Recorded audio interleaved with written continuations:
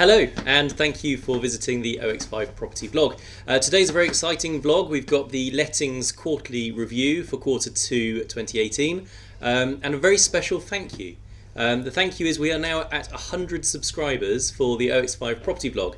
These are people who have been to the OX5propertyvlog.com and have subscribed their name and address, email address that is, so that we can send them up-to-date information, that sort of thing. We don't spam you with junk, it's just so you get the head start on information in Kidlington.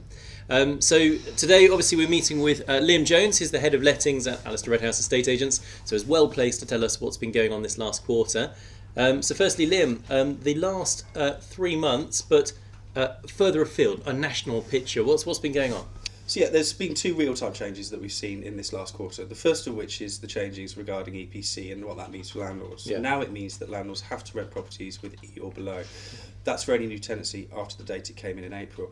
That's irrespective of whether or not it's an AST, i.e. a new tenancy that an agent's written for you, or whether or not you've allowed it to go periodic. Oh right, so even an existing tenancy, if it's a knackered yes. old house, you've got to make upgrades. Yeah, that change from AST to periodic, it means a new tenancy. Yeah.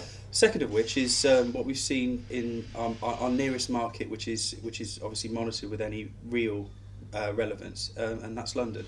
We've seen a 0.1% change in the year from July 2018 to the year to July 2018. So up or down change? Up. Oh right, okay. But 0.1%, if you translate that to this market, only means an increase annually of £12 on the rents that we were achieving the year before. Yeah. Okay. That's really interesting. So they're more locally in Kidlington. How are you seeing, well, firstly, how have we seen the last 3 months in Kidlington? Rents have stayed very much the same, but what we're seeing, I think, and the biggest thing that we're seeing background noise on is the changes that are happening above co-op, which we have word is going to be 1s and 2 beds. So I think most landlords, and certainly anybody that has an interest in lettings, needs to be aware of this, is that when those actually go live, they'll go live together, which will create a slight glut on the market.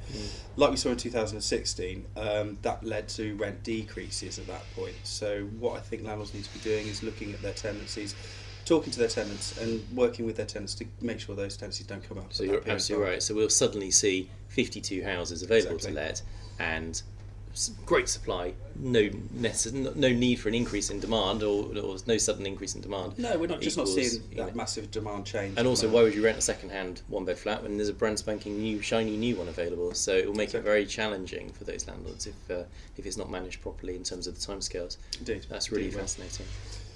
Landlord preparation for these sorts of things. I mean, is there anything they should be taking steps for now going forward? Yeah, I mean, this is where it gets exciting. Although we've only seen 2 very small changes, what we're seeing in the background noise is quite substantial. Obviously, that's to do a lot with the tenant fee changes, which are anticipated for April. That may change somewhat, obviously, with Jabid being promoted now, but then again, it may not. However, the biggest one that seems to come out in the last quarter is that of 3-year tenancies.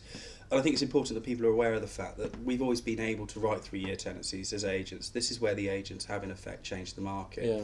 And the government are looking to cut down on that to get agents to act within the spirit of how those laws were originally written back in the 90s. Yeah, it's nothing new, is it, having a 3-year tenancy? I mean, we personally favour them for that reason, is that we're able to project, we're able to keep the costs down for landlord and tenants, but equally we're able to then talk about fair rent increases on 12-month periods. Yeah. Business models whereby agents are relying on those extra monies that are coming in each annum, I think are those that clients should be trying to keep away from really at this point and look for the projection of the long-term growth. Yeah, absolutely. That's it. Property is always a long-term game, and anyone is. in property should know that. So that's fascinating.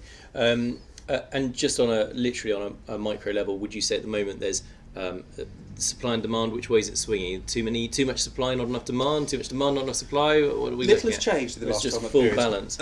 I mean, I think after we had Brexit, which happened obviously 18 months ago now, we started to see a slight slowdown. We're not seeing the money that's coming into the country at the high end, and as a result of which the people that are associated with those investments aren't moving for that reason. But equally as well as that, as the pound has devalued, what we've seen is people that are coming over for jobs that would be considered low end aren't necessarily moving either anymore, because they're earning the same money as they were in their native countries. Yeah, okay. So as a result of which, the supply and demand has pretty much stayed the same, which means that rents are staying the same, which is reflected in the figures I gave relevant to London. So fewer European nationals coming over and that sort of thing because of the change in the pound, which is interesting. And also then the instability is, where are we going to be in a couple of years' time, when I have a visa? Exactly. Fascinating. But as well as that, I mean, from our primary market, our home market, then we're seeing these people that are staying fast and not necessarily moving because they're aware of the tenant fee structures. So those that would be necessarily thinking, oh, I'll go for a 3-bed, staying put and waiting to see what happens with that at the moment, and staying in their 2-bed. Yeah, that's good information. Excellent. Well, look, if you've got any extra questions, please do comment below. We're happy to help. We'll be monitoring those comments. Likewise, as you probably know, everyone that presents and writes for the OX5 Property blog does work at Alistair Redhouse Estate Agents. So stop by the office or give us a call if you have any extra questions or anything you want to add. Thanks for watching, Lim. Anything else you want to add?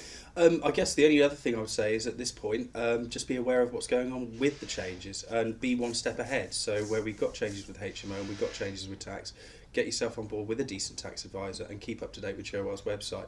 As we move forward, we will start to follow the Oxford model more, and I think preparation is key in this time of change. Useful information. Thanks ever so much again. Bye for now.